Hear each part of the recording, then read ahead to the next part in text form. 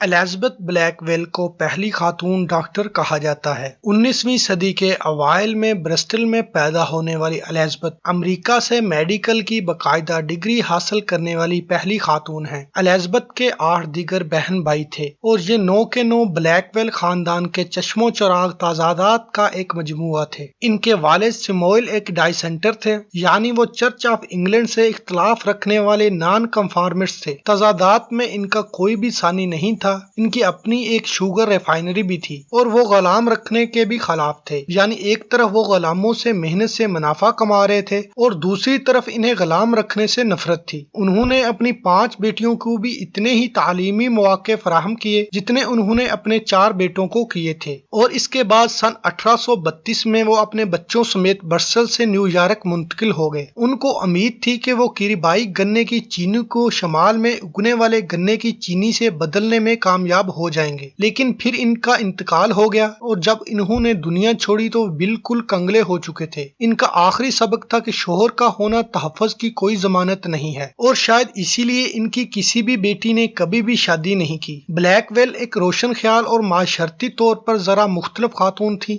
جنہیں اپنے قابل ہونے کا بہت احساس تھا۔ وہ مورائی مصنف اور ایڈیٹر مارگریٹ فلر کی ہم خیال تھی، جنہوں نے اعلان کیا تھا انسانیت اس وقت تک روشن خیالی حاصل نہیں کر سکتی جب تک کہ خواتین اس بات کو ثابت نہیں کرتی کہ وہ سب کچھ کر سکتی ہیں جو وہ چاہتی ہیں، اور یہ کامیابی جنسی صلاحیت کی وجہ سے حاصل نہیں ہوتی بلکہ قابلیت اور محنت سے آتی ہے۔ الزبتھ ایسی شخصیت بننا چاہتی تھی جن کی زندگی فلر کے خیال کے عین مطابق ہو۔ انہوں نے طب کی تعلیم کا انتخاب اس لیے نہیں کیا تھا کہ انہیں سائنس سے پیار تھا یا وہ دوسروں کو اچھا کر کے راحت محسوس کرتی تھی۔ حقیقت میں تو وہ یہ سمجھتی تھی کہ بیماری کمزوری کی علامت ہے، بلکہ ان کے لیے اپنی بات ثابت کرنے کا یہ غیر معمولی طریقہ تھا۔ اگر کوئی خاتون میڈیکل سکول کے لیکچر ہال میں بیٹھے اور ڈپلومہ لینے کے لیے درکار تمام امتحانات پاس کرنے میں کامیاب ہو جائے تو کون ہے جو یہ بحث کر سکتا ہے کہ وہ ڈاکٹر نہیں ہے؟ کئی مرتبہ رد کیے جانے کے بعد بلیک ویل مغربی نیو یارک کی ریاست کے ایک چھوٹے سے دیہی جنیوا میڈیکل کالج میں داخلہ لینے میں کامیاب ہو گئی۔ داخلے کے لیے کالج میں ان کی منظوری بھی ایک مسئلہ بنی۔ فیکلٹی نے طالب علموں میں کسی خاتون کو شامل کرنے کے خیال کی مخالفت کی اور اسے مضحکہ خیز سمجھتے ہوئے اس کے خلاف متفقہ طور پر ووٹ دیا۔ سن 1849 میں انہوں نے کلاس میں اول پوزیشن حاصل کر کے گریجویشن کی اور اپنی قابلیت اور نظم و ضبط کی وجہ سے اپنے ہم جماعتوں سے غیر متنزل احترام حاصل کیا۔ کالج سے باہر لوگ 2 چیزیں سوچنے لگے، یا تو یہ بہت چلاک تھیں یا پاگل خبتی۔ کون سی عورت ہوگی جو مردوں میں رہتے ہوئے جسم کے متعلق پڑھنا چاہے گی؟ اپنے پروفیشنل راستے کی تنہائی سے اچھی طرح باخبر، بلیک ویل نے بعد میں اپنے سے 5 سال چھوٹی بہن ایلمی کو بھی طب کی طرف راغب کیا۔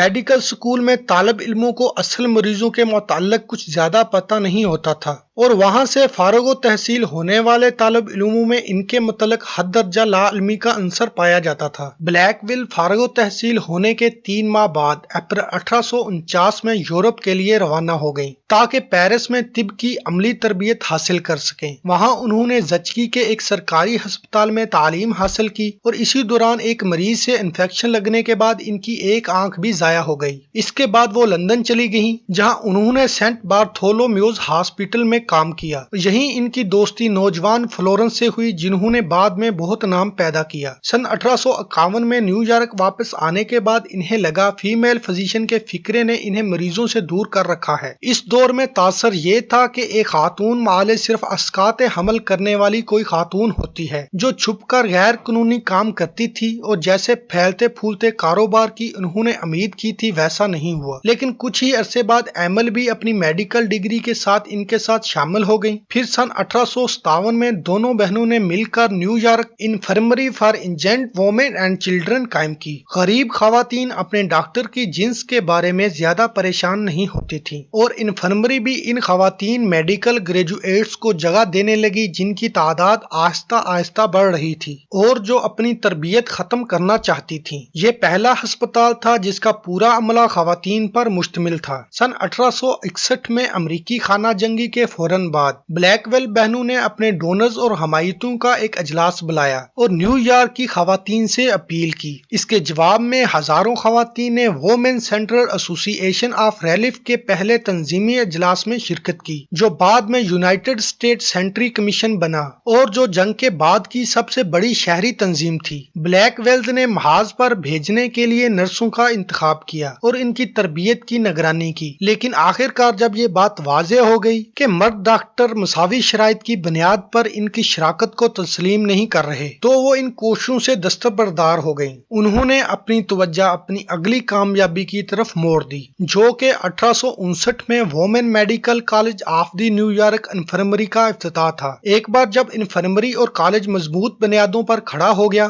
تو الزبتھ نے اسے ایملی کے حوالے کر دیا اور واپس انگلینڈ چلی گئیں، جسے وہ ہمیشہ اپنا گھر سمجھتی تھیں، اور جہاں بٹنرز میڈیکل رجسٹر میں شامل ہونے والی وہ پہلی خاتون تھیں۔ الزبتھ گریٹ اینڈرسن اور صوفیا جیکسن بلیک سمیت معروف خواتین ڈاکٹروں کی حوصلہ افزائی کرنے کے بعد انہوں نے پریکٹس سے ہٹ کر صحت عامہ کے متعلق ایڈوکیسی اور متعددی بیماریوں کے قانون کے خلاف مہم چلانا شروع کر دی، جس کے تحت جسم فروش خواتین کو زبردستی ہسپتالوں میں داخل کرایا جاتا تھا۔ وہ نیشنل ہیلتھ سوسائٹی کی بانی بن گئی، جس کا نعرہ تھا پرہیز علاج سے بہتر ہے۔ انہیں یقین تھا کہ ایک خاتون ڈاکٹر کو سائنس سے لیس ایک استاد کی طرح ہونا چاہیے۔ انہوں نے اپنی زندگی کی آخری دہائیوں کو میسٹنگز میں سمندر کے کنارے ایک کاٹیج میں اپنی گودلی بیٹی کٹی کے ساتھ گزاری۔ بلیکویل کی کہانی کو ویرانے میں راہ دکھانے والی عورتوں کی کہانی کے طور پر دیکھنے کو جی چاہتا ہے، لیکن حقیقت اس سے بہت زیادہ پیچیدہ ہے۔ الزبتھ بلیکویل خواتین کے حقوق کی ابھرتی ہوئی تحریک کو ناپسندیدگی سے دیکھتی تھی۔ وہ سمجھتی تھی کہ اس وقت تک خواتین کو ووٹ دینے کا حق بے وقوفی ہے جب تک وہ اپنے نظریاتی آزادی کو مردوں کے حوالے نہیں کر دیتی۔ وہ فلورنس کے اس خیال سے متفق نہیں تھیں کہ صحت میں خواتین کا حقیقی کردار نرسوں کا ہے۔ وہ اپنی ڈاکٹر بہن ایملی سے بھی خاتون ڈاکٹروں کے مناسب کردار کے بارے میں متفق نہیں تھیں۔ الزبتھ اپنے مشن کو زیادہ عوامی صحت کے حوالے سے دیکھتی تھی، جبکہ ایملی کسی بھی مرد کے برابر اپنے آپ کو فزیشین، سرجن اور میڈیکل پروفیسر کے طور پر دیکھنے کی کوشش کرتی تھی۔ لیکن الزبتھ کی یہ خواہش نہیں تھی وہ اس طرح نظر آئیں کہ لوگ ان کا احترام کریں یا ان سے مل کر خوش ہوں۔ وہ ایک پیچیدہ، چڑچڑی، نامکمل، بہت حقیقی قسم کی ہیروئن تھی، اور ان کی خامیاں ان کی دنیا کو بدلنے والی کامیابیوں سے جدا نہیں کی جا سکتی۔